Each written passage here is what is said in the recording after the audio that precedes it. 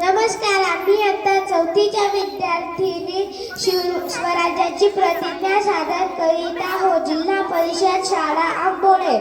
गड्यांनो, तुम्हाला माहित आहे का आमचे वडील शहाजीराजे विजापूरचे सरदार आहेत.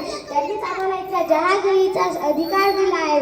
सर्व कसे छान चालले आहे, पण गड्यांनो आम्हाला यात मुळीच आनंद वाटत नाही. सुलतानाच्या वधजारीवर आपण संतुष्ट राहावे का?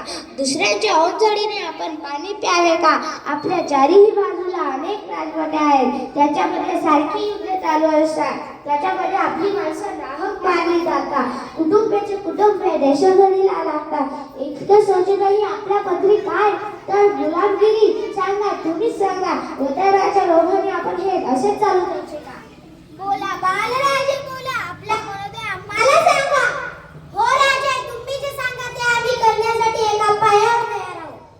हो राजे, तुम्ही जे सांगाल ते आम्ही करू.